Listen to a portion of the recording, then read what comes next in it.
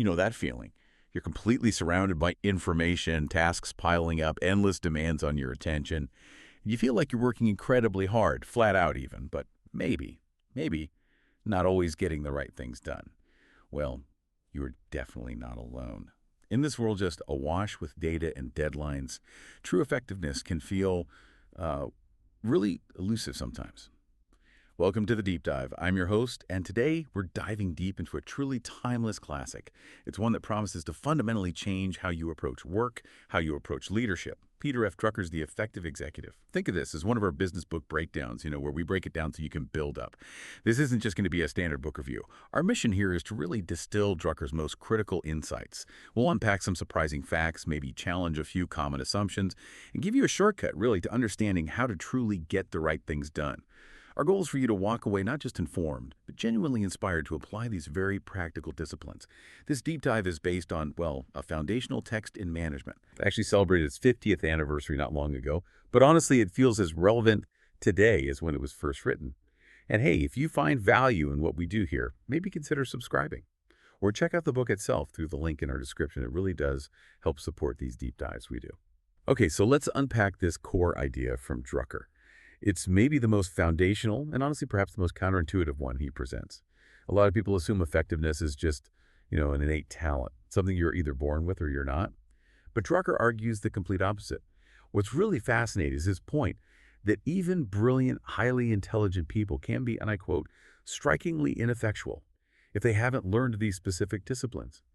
Why put so much emphasis on it being a learned skill? That's such a crucial distinction, isn't it? And it immediately raises a really important question.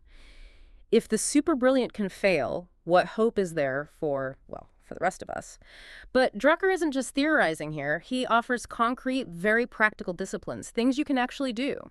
He points out, quite sharply actually, that often highly effective plotters, his words, achieve far more than those who confuse frenzy and sheer busyness with genuine creativity or real impact. And this insight, I think, is more critical today than ever. So much of our economy relies on knowledge workers. Their output isn't a physical thing. It's knowledge, ideas, information.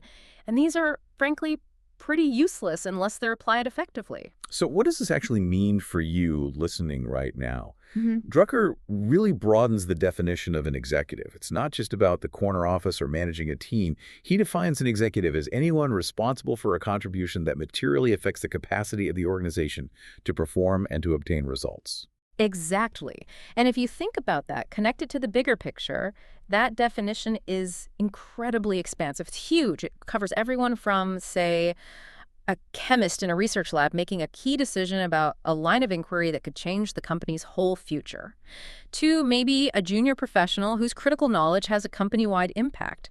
Drucker even uses the striking example from the book, a young American infantry captain in Vietnam. His job wasn't to make every decision, but to make sure his soldiers knew what to do, because, as he said, the decision lies with whoever is on the spot. The responsibility was his, but the decision was theirs in the moment.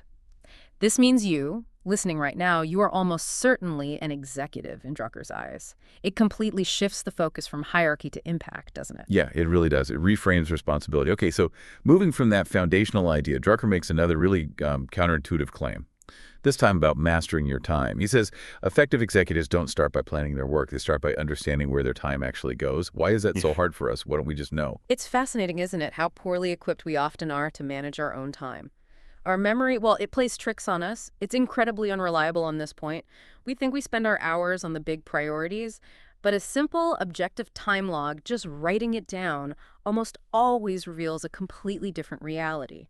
The book gives this great example of an executive who is convinced he spent his time analyzing market trends, but the log showed he was basically a kind of dispatcher, just reacting to interruptions all day. Drucker really stresses that for deep, meaningful work, the kind that actually moves the needle, we need continuous, uninterrupted chunks of time. Even 90 minutes can be enough, he says. But those little 5-minute, 10-minute driblets, they're no time at all. The mental cost of switching tasks is just too high. Right, the switching cost. So that leads to the obvious challenge. If we're constantly bombarded with emails, meetings, requests, how do we actually create these precious chunks? Drucker identifies 4 major time wasters. Recognizing them is the first step, right? What's the first one? The first one is recurrent crises. And Drucker's point here isn't just that crises happen, but that recurrent crises are symptoms. They signal a deeper systemic issue that hasn't been properly addressed.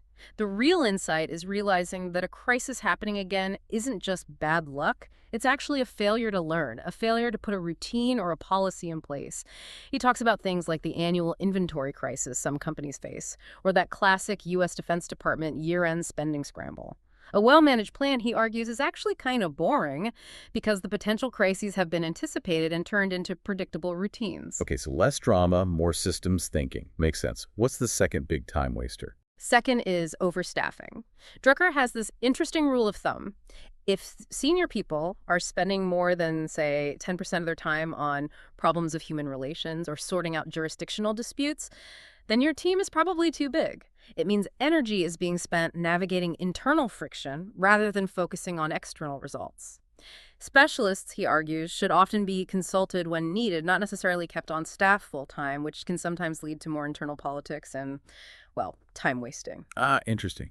And the third, I suspect this one hits close to home for a lot of us in modern workplaces. Oh, absolutely. Third is malorganization, and the most common signal for this, an excess of meetings.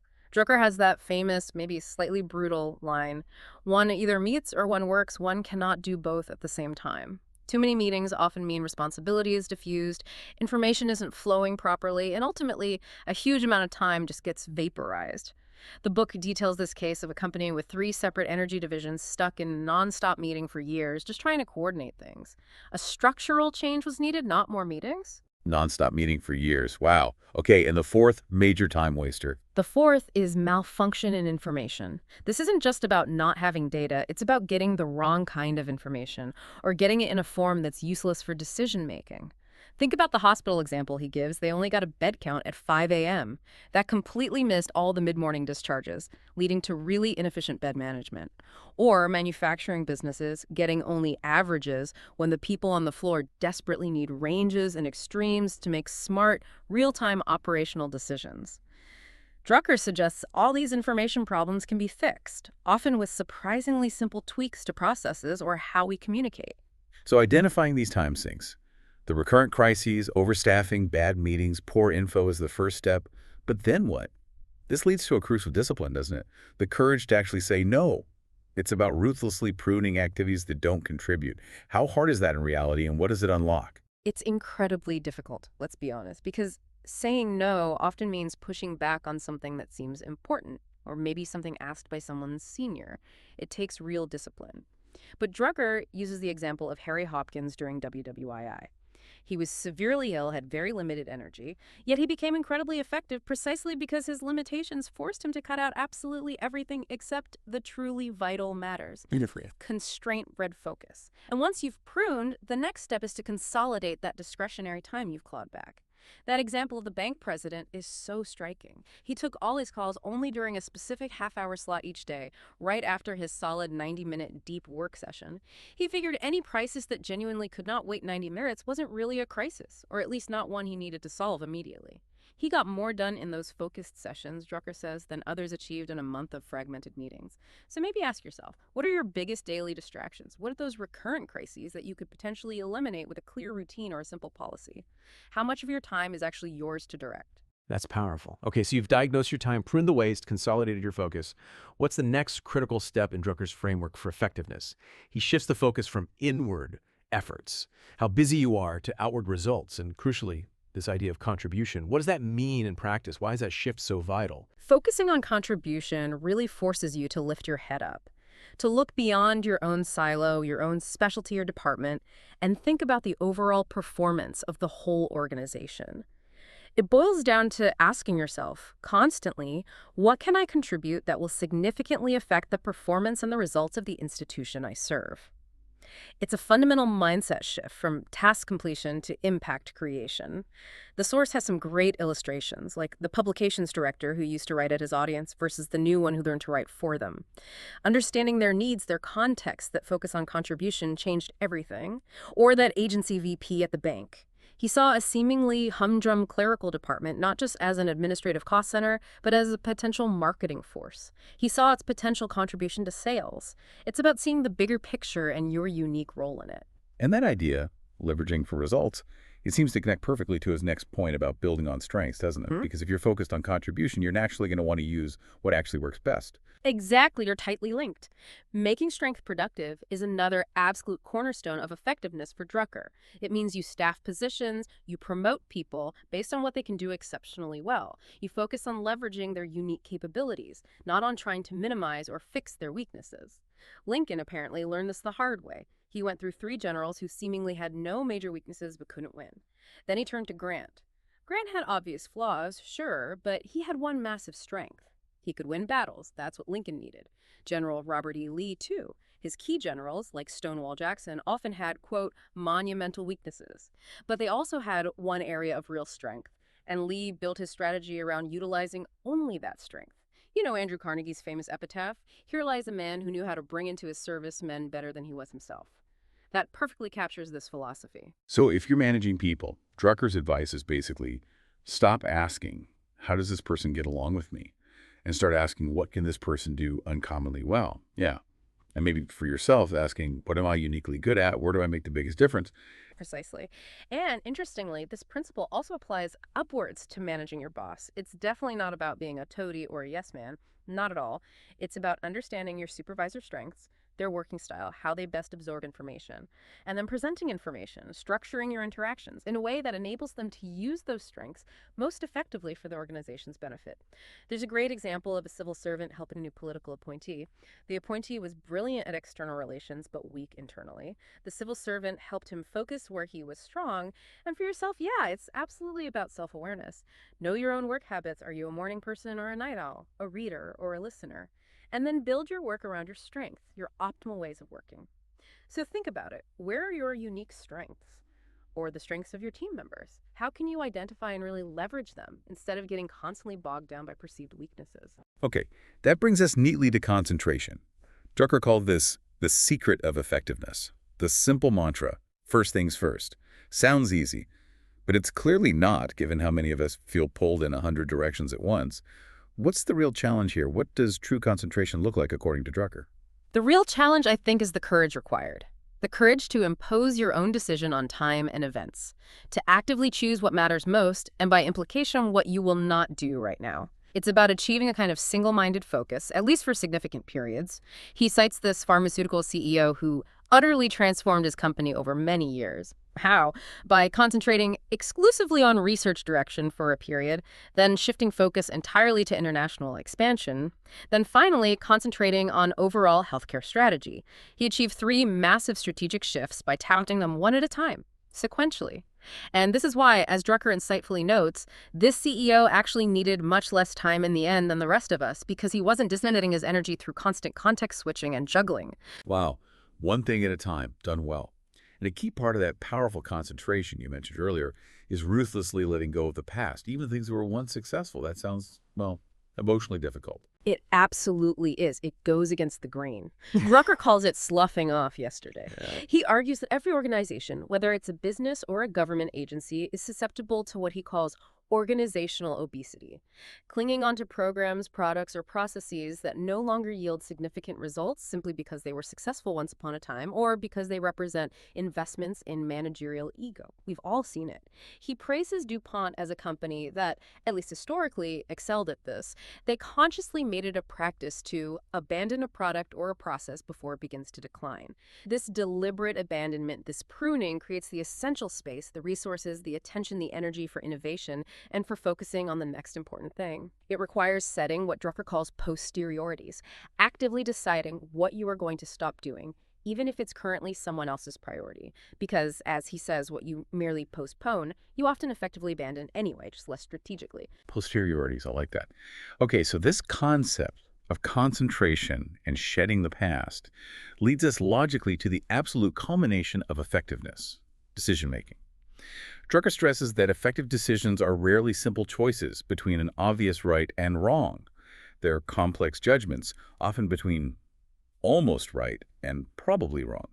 So how do we make those nuanced judgments more systematically? The process, for Drucker, is absolutely critical. It's not about gut feelings alone. First, he says, you must classify the situation. Is this a generic problem, something that happens repeatedly and requires a standard rule, a policy, a principle? Or is it truly unique, an exception that needs individual treatment? A common and very costly mistake is treating generic problems as if they were a series of unique, unrelated events, constant firefighting instead of system building. He uses the example of the massive 1965 New York power blackout. The engineers apparently applied a standard rule designed for normal fluctuations to what was an extraordinary, unique event, which actually made the cascading failure worse. Understanding the type of problem is step one. Okay, classify. Generic or unique? What's next? Second, define clear boundary conditions. What are the objectives? What must the decision achieve? What are the minimum criteria for success? What constraints are we operating under? Alfred P. Sloan's famous decentralization of General Motors is a classic example here. Sloan explicitly defined maintaining strength and autonomy in the individual operating units as a non-negotiable boundary condition. That clarity led to a lasting, effective solution. Drucker strongly warns against decisions that only look good on paper, the ones that require everything to go perfectly right. Think about the Bay of Pigs invasion, a plan with no margin for error. As Sloan himself apparently told Drucker once, don't you worry about the compromises, you just tell me what right is. He, the executive, can't make the right compromise unless you first tell him what right looks like. You need the ideal target first. Know what right looks like even if you have to compromise later. Got it. And the third step. This one feels particularly relevant today, with filter bubbles and groupthink. Oh, absolutely. Third, and maybe most counterintuitive for some, cultivate disagreement. Drucker insists that effective decisions don't spring from easy consensus. They emerge from the clash of conflicting views, from reasoned debate, from seriously considering alternatives. Sloan, famously, would apparently postpone important decisions if everyone in the room agreed too quickly. He wanted to ensure there was time for disagreement and perhaps gain some understanding. And FDR Franklin D. Roosevelt was known for deliberately cultivating dissent among his aides. He'd give the same secret assignment to multiple people he knew held opposing views. Why? To force imagination, to surface unstated assumptions, to test the reasoning, and to protect against being fed incomplete or biased information. Disagreement is a tool. Fascinating. So encourage debate, get the different views out there. Once you've wrestled with it and made the judgment, what's next? Fourth, you have to convert the decision into action. A decision isn't actually made, Drucker argues, until clear action assignments have been determined. Who is accountable for carrying it out? What's the deadline? Who needs to know about this decision so they can take action? What exactly do they need to do differently? That example from the book about the industrial equipment manufacturer is telling. They made a great decision about phasing out old product lines, but failed to tell the people managing the warehouses. Result: a warehouse full of obsolete parts years later because the who needs to know cordon was overlooked. A decision without an action plan is just a good intention. All right, execution is key. And finally, how do you make sure the decision actually sticks and achieves what it was supposed to? Fifth, and finally, you must build in feedback. You need a mechanism to check execution against expectations. And critically, Drucker stresses you must go and look for yourself. Don't just rely on reports or data summaries, which can be filtered or sanitized. He uses the analogy of the battalion commander who makes a point of actually tasting the food his soldiers are being served. Yeah. You need direct, unvarnished insight to see if the decision is working and if the underlying assumptions are still valid. Reality check it. It's really interesting, too, how he frames the computer's role in all this. He wrote this decades ago, but it feels prescient. He says the computer doesn't make decisions, but it fundamentally changes how we make them. That's exactly right. The computer doesn't make the judgments. It forces us to make them more explicit. It demands clear rules, algorithms, policies for operational tasks that were maybe previously handled by experienced people making on-the-spot adaptations based on intuition. His example is inventory control. To put inventory management onto a computer system, you suddenly have to define very explicit policies. Policies about acceptable stockout levels, desired manufacturing stability, the cost of capital tied up in inventory, customer service expectations, things that might have been fuzzy before. And this process, ironically, pushes real decision-making about those underlying policies further down the hierarchy.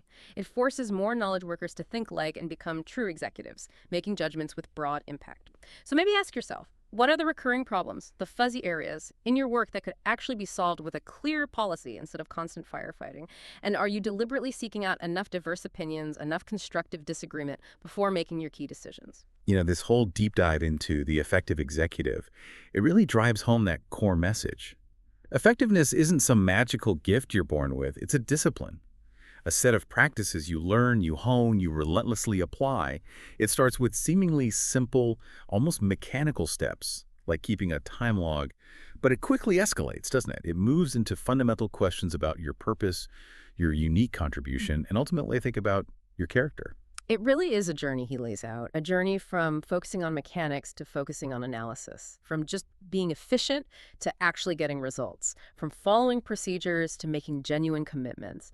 And the ultimate goal isn't to somehow become a universal genius. Drucker was very clear on that. It's about enabling, quote, common people achieving uncommon performance. By systematically multiplying the performance capacity of the whole organization through these learned disciplines, this systematic self-training, it impacts not just you, but your team, your organization, and ultimately society as a whole. And I think the most powerful practical takeaway is captured perfectly by Drucker himself. Apparently, his clients would often finish a session and say something like, "That was a wonderful meeting, Peter." And he would immediately challenge them back. "Don't tell me you had a wonderful meeting with me. Tell me what you are going to do on Monday that's different." Well, so after this deep dive today, maybe the question for all of us is just that. What will you do on Monday